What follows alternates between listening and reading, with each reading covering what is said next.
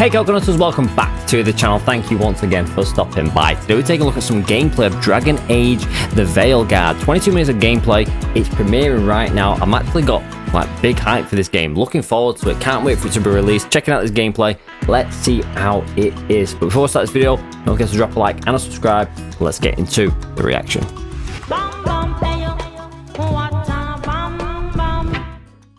We're in the premiere, as always. 22 minutes of gameplay. Let's see what it's all about.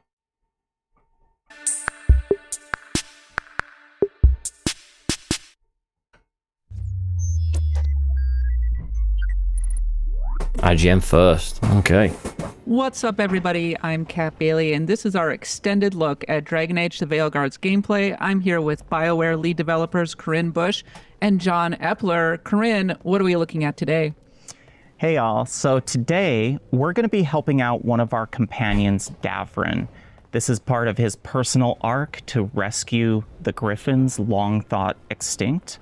We're going to take a quick journey through the lighthouse, your base of I'm guessing operations. this is like a social hub, right? We're going to head into the crossroads or like a hub and world? make our way to the dark swamps of Hossberg wetlands. So you're in the lighthouse, as Corinne mentioned. This is your base of operations that you inherited willingly or unwillingly from Solus. It is located in the Fade. It's where Solus was able to start planning his rebellion against the Elven gods millennia ago. Right now, you and your team have occupied it, started to build it, started to shape itself around your personality. As Corinne mentioned, we are going to go talk to Davrin, who is located up above. And each of these spaces kind of shapes itself around your companions as they live there, as they basically spend their arcs in those rooms. And we see here the glowing light above indicates Davrin's ready for us. Let's check in with him. Something wrong? Got a message. A place called the Cauldron was attacked. That's some sort of Grey Warden tavern.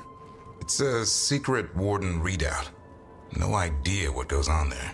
Then why are you involved? Because whatever attacked it sounds like the Gloomhowler. So earlier in Davrin's arc, you were introduced to his nemesis, the Gloomhowler, creature that's been hunting and stalking wardens for quite some time. It's kidnapped a bunch of... Do these choices actually like do anything, if you know what I mean? Like, does it reflect on any of like, you know, the storyline? Davrin has been trying to track it down. Now he's got a lead, so we're going to go find this and go all the way people treat you or something like that. Now, Davrin, he prefers the direct approach. We're going to choose a tough response and see if we can get his approval. Then let's get rid of it. Had the same thought. What's left of the Wardens are still licking their wounds. So we handle this alone. Just go to the Cauldron and get the Griffins back. You have to promise to behave, boy. Listen to every word I say, stay out of trouble, don't do anything dumb, and don't eat any... I think we get the point. Lancet and Remy told me there's a word for the bond between a Griffin and Warden moving as one. Turlum. Until it's something I have... Do you get your own pet? I'm supposed to keep him safe. I have to say that I find the Griffin adorable. And very importantly, I know this is a question on everyone's mind. Yeah, but I like that. You've got a little noble sidekick. Well, thank goodness for that. Griffin. And all right, what are we going to be doing next? He's up for this. All right, we're going to finish getting this information from Davrin on the Gloomhowler, and we'll be off to Hossberg and the crossroads. Between Warden and Griffin starts by having faith in each other. Maybe. I suppose you were born for this sort of fight, boy. All talents and temper. And a sharp tongue to remind you of it. As long as he backs it up. So I assume that a song can be helpful during the gameplay? Oh, absolutely. I was going to say, does the attack, can you make him attack and do stuff? Revolve around calling a son in the heat of battle. I in particularly love when you're going against enemies, you see a son swoop down, especially if it triggers a combo between your companions. No, that's sweet. I love that. Corinne mentioned earlier, one of the interesting, fun things we've done is if you see the lights on in a room, companions have something to say. You can see Harding up in that space there, Nev behind you as well, and Belara. But we have a mission ahead of us. We're going to go find the Gloomhowler if we can, and we're going to go through the crossroads in order to do that. Yeah, I love some of these scenes. If you've played previous Dragon Age games, Trespasser in particular is a location in the Fade that contains a number of alluvions, allowing you to travel across Thedas in a matter of minutes. But At this point, the crossroads are under assault by the other elven gods. It's a dangerous place, and we are going to be in for a bit of a fight. And this alluvion, the Vira Voss, is the central focus point of the lighthouse. This is going to take us to Solus's I like that as you walk up to it, kind of. And it might look a little bit different from what you've seen at Trespasser. Can you tell us a little bit about the role that the crossroads plays in the structure and the gameplay? Yeah, so the crossroads is, again, it's the area that you spend a lot of time traveling through as you go from area to area. It's also a space that has, at one point, served as Solus's main base of operations and training ground for his rebellion against the elven gods. So as you go through it, you're going to find fragments of the past, the things that Solus had done previously type that are going to give you a bit of insight like into moments like this. I could get lost in this so easy. But also into the elven gods and their motivations. Some of my favorite content that you'll find if you go exploring in the crossroads is these opportunities to actually relive some of the memories Solus had during his rebellion. You actually get to take part floating in this ancient rebellion. Some out and here we have the caretaker, a mysterious spirit that was actually here before Solus was, and started a Viking to ship. Help Solus with his rebellion, but also to turn this into a safe haven for spirits. Again, as I mentioned before, the gods are assaulting the crossroads, so it's no longer the safe haven it once was. But you're going to work with this caretaker through quite a large amount of ancillary content to rebuild this into that safe home for these creatures. That if anyone knows Solus, he has a tremendous amount of affection for spirits. All right, now we're going to get into combat here, and this time we're playing as a mage. Now, mage is one of my favorite classes to play. It's Can you fully make your own character in this type of game? And when we're surrounded by swarming darkspawn, I really have to use a variety of strategies to control the battlefield. I'm going to use my heavy charged attacks to knock down these ghouls, get them out of the way. This replay loop of combat are vulnerable to fire. I like that. So we make sure to equip our fire staff, have our fire abilities on hand. You may notice something about the Darkspawn too, that they look I don't know yet. Someone got to tell me in the comments, is this game co-op? That is because Gillenane, who has always been focused on using the Blight as essentially a crafting material, a way to alter life itself, has been enhancing and changing these Darkspawn as part of her army. Corinne, I noticed that you were doing a combo opportunity. Can you tell us a little bit more about how the role that plays in the actual combat? Yes. So the combat system in this game, the deep strategy behind it is really to manage the various abilities your companions and Rook have in concert. So in this case, Harding has a combo opportunity with Shred. It's going to apply the Sundered effect and deal a high amount of stagger. Now you'll notice I can combo that with Rook's ability Spirit Bomb. That's going to cause a detonation combo. Oh, right, okay. So, I like that. Again, I love this type of terrain here is it's combat very snowy, loop. very mountainous. You know, Crossroads is a realm that reflects the waking world. In this case, it's an amalgamation of all the real world spaces that are tied to it. In the case, we've got Hosper, we've got other mountainous regions. So it's kind of this mix of the swamp. Yeah, I'd love to play this game with my friends co-op. That would be so sick if you could play this game co-op. I'm guessing you can. We're not going to spoiler and tell you exactly what's on the other side, but you maybe make a few guesses based on what you're seeing. Do I have to do the crossroads, or can I just fast travel right through? So it depends how you progress through the game. The first time you go to any of the new regions in the world, you'll traverse the crossroads to get there. Subsequent times, we of course support fast travel, but it behooves you to actually go back and explore the crossroads as some of the deepest secrets lie within.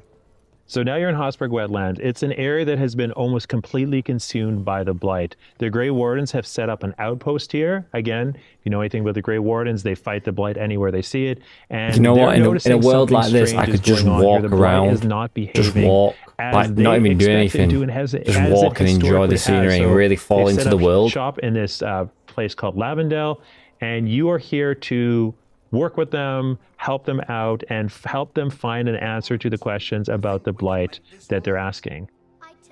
Tell me a little bit more about this area. It looks a little bit like a hub where you can get a lot of quests and things like that. That's right. So here we find one of the bases of the Grey Wardens. So you'll see they've really built up a small fighting force here to hold off the Darkspawn. What's more, the Grey Wardens are a faction we're going to be working with throughout the game. We've got Holden, one of the Grey Warden quartermasters. We're actually going to upgrade his shop. Rank up merchants will unlock new items, sell or buy, so you can get armor, I'm guessing. Can you get weapons? An edge in combat. And the Grey Wardens, much like the other factions, they understand the stakes of the gods. Okay, I'm guessing people have set weapons for their own characters, right? First, they have, again, as Kryn mentioned, they're holding off the Darkspawn here. They have other priorities, so getting them more powerful. I can imagine them being a lot of in-app purchases or, like, you know, cosmetics, I'm guessing. So where are we going next? I love this area. So we're heading out of the Grey Warden Fortress into the small town of Lavendel. Now, this used to be a beautiful place full of life, flowers, and you can see what effect the blight has had. But the residents are still here. They're trying to make the most of their lives, and you can see there's plenty of opportunities to help them. In fact, we're going to quickly check in with Finn the physician. Yeah, look how big this guy is compared to everybody else's unit. So Flynn, again, one of the focuses of this game is characters, not causes. I've been busy with patients, but I'm short on medical supplies. My mentor, Oscar, he should have some. He has a cabin outside the village. If you're out there, tell him you saw Flynn, and they could use his help. And Flynn is a warden who you will do quests with. We wanted to make sure that the side content of Dragon Age: The Veilguard felt as meaningful and tied to the overall conflict of the game as anything else you do. We don't want you to just go off and do random tasks. Everything needs to feel meaningful, either contributing to your fight against the gods or contributing to the growth of your companions and the factions that you need at your side to stop the gods. You look a bit worried. We're not sure where some of our wardens are.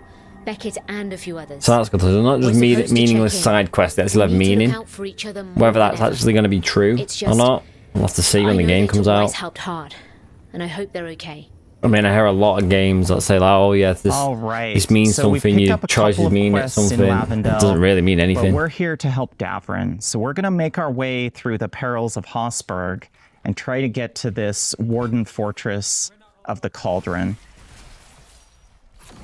Seeing a lot of kind of organic matter. I suppose that's the blight. Absolutely. So the blight at this point, as mentioned before, the wardens understand it's changed. It's become a lot more organic, a lot more alive. Back in Dragon Age 2, Inquisition, Origins, the blight, while it was a slow-moving I want to see the have this what was the animal called? The raven? Almost thought behind it, and I want to see that in action. Talking about how the gods that are out are blighted. That probably has something to do with it. Some of these areas look really nice. Up close, the details on some of the faces don't look as good, but like from a distance, like you're looking here, and obviously it's compressed, it's live, it's from YouTube as well, it's being compressed, it's not going to look as good as it's going to look in person. And that's very intentional. But I love this wheel here. The god of monsters, she uses blight like a medium to sculpt and warp the Darkspawn to do her bidding, to suit her purposes. So right now you'll see a couple of Hurlocks, one with some pretty disgusting growths on its back. So I'm gonna get, I'm gonna guess say that the move sets and some of the combos are gonna be crazy on this game. They're not just coming out and making swords, making armor. They're using the blight to augment themselves so they can more effectively defeat you and also give the gods the world that they desire. All right, now I'm actually going to switch to my Orb and Dagger on the mage, and those of you that were fans of the Knight Enchanter in Dragon Age Inquisition, you might feel right at home with this. This is a more melee-focused, more agile version of the mage. One of the main mechanics here is you can use some of the artists have done a great job in the scenery, just the art style, the direction of it. Elemental damage to the enemy, and then unleash them with your dagger to detonate them. So, again, this is going to be, the combo system is going to be crazy good. There are blight pools. The Darkspawn aren't just coming out of nowhere. The blight is spawning them. Again, part of Gillian's attempt to turn this into an army for the gods is to use these Darkspawn, not just, again, whereas you have the Venatori and the Antom, one case representing magical power, in the other case representing physical strength, the Darkspawn are representing overwhelming force. That was a pretty clutch heal a little earlier, by the way. You know, we've talked at length before that our fans have asked us, where is the healing magic? Can you bring it back? And Nev in this game, happy to oblige with a kit of healing spells. I love the whole the whole idea of spells, spell casting, you know. Each of them, their abilities, the way I that love the spell cast. Every game very thematically that's like has its own builds where you can do spells. I always pick them. Making sure that the gameplay. I mean, when I play Destiny, I'm main a warlock, which is pretty much all about spells. In the case of Nev versus Vlar versus Amrik, our mages, each of them has a healing ability that is thematically appropriate to them. It makes sense when you know them as a character. Watching you play, I'm struck by sort of the size and the scope of this particular area. It seems like there's a lot of exploration that I can be doing right here. That was really one of our goals with these areas. Of course, we are a mission-based game, but we really emphasize player autonomy. You can revisit these spaces. They're full of secrets, puzzles, some pretty incredible bosses and treasure. And of course, as we saw earlier in Lavendel, some really narratively rich side quests. Oh, so we got some of the, is it the Ravens action? One thing that's interesting is you'll find we're going on a quest for Davrin, but Davrin is not currently in our party. That's because Davrin has gone ahead of us and is waiting for us at the Cauldron. This is, again, we want the followers, the companions to feel like they have autonomy, and while they won't complete the quest on their own, they will go ahead and get things ready. So when you get there, you can you talk to them, you'll have a conversation with them, and it feels like they are as invested in the success of their journey, their stories, as you are. This looks like a pretty contiguous zone, is that right? It is. If you can do this cult, which I've got a feeling you will be able to do this cult, it looks pretty damn spicy. And what I love is the more content you do in the area, the more shortcuts you're going to discover. You're really going to have a lot more flexibility in how you navigate between your remaining missions and quests. Well, I think something really interesting, too, about the way that our team has built these spaces is there's the idea of each space has its own story to tell. And while those quests, you know, we talked earlier about those quests and side quests being narratively relevant, they also contribute to a more of a meta-narrative, meta-story about the space itself. So in the case of Hossberg, we talked about how this is an area surrounded by blight, and you're kind of getting to the center of what exactly is going on in Hossberg and Lavendel, and these quests that you do and the content Corinne is currently engaged in helps to tell that story.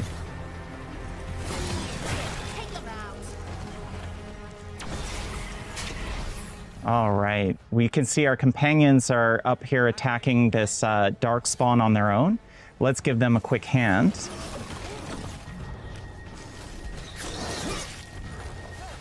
Like the sceneries look really good.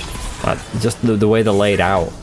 All right, and I love positional gameplay, making in the use right of the place, not just to your like advantage. placed everywhere. And I just saw that you could do a takedown move, so it's It kind of really helps you fall into the actual, environment now, in and this the game as you're playing build, it. I'm really focused on using necromantic energies to siphon life Like even the way the barrels and little bits of fire and the pillars to hold the build up, they all seem to just be in the right place rather than just placed anywhere. Build if I like. It's a really powerful, heavy-hitting style of gameplay. All right, so you'll notice Davrin is waiting for us, so let's go see what he has to say. There's our companion. Flies in. Yeah, a bad day at the Cauldron. What could do that? What have they been hiding inside? So something tore through the gate. That's probably not great. Looks like we should probably get moving. We won't find out standing around here. Be ready for anything.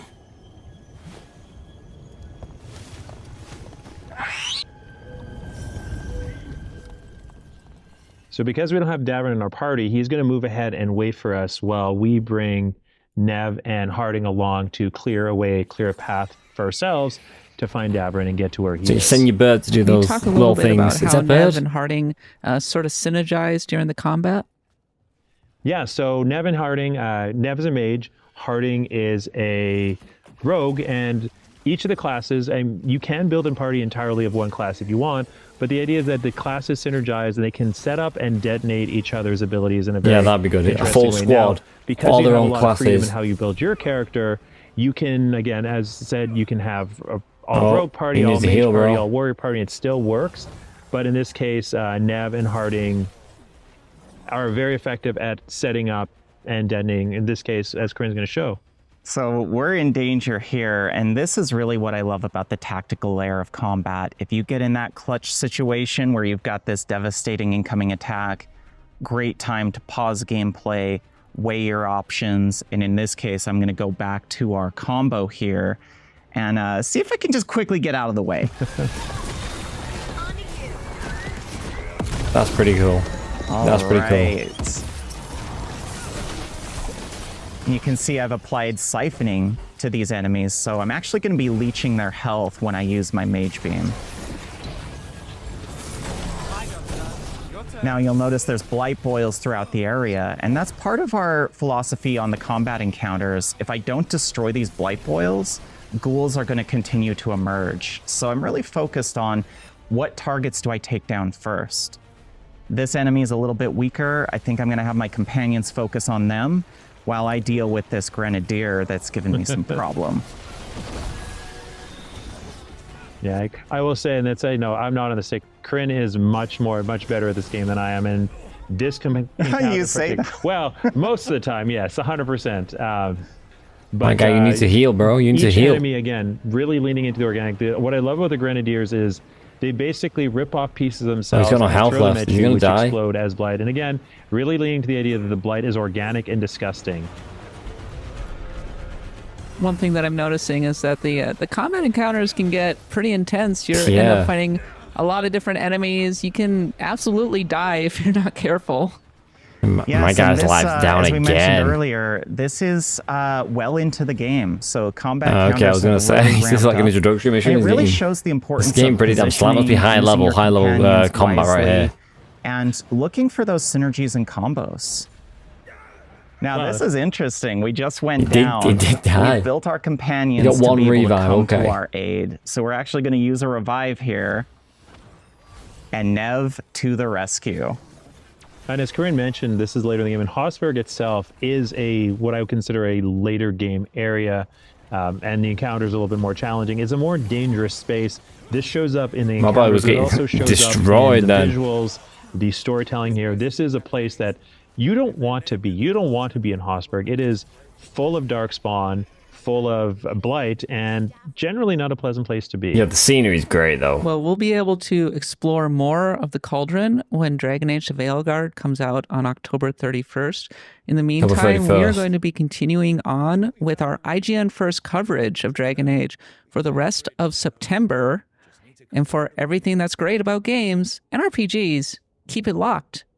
Yo, I'm pretty hyped for that, to be honest with you. I mean, I am looking forward to that.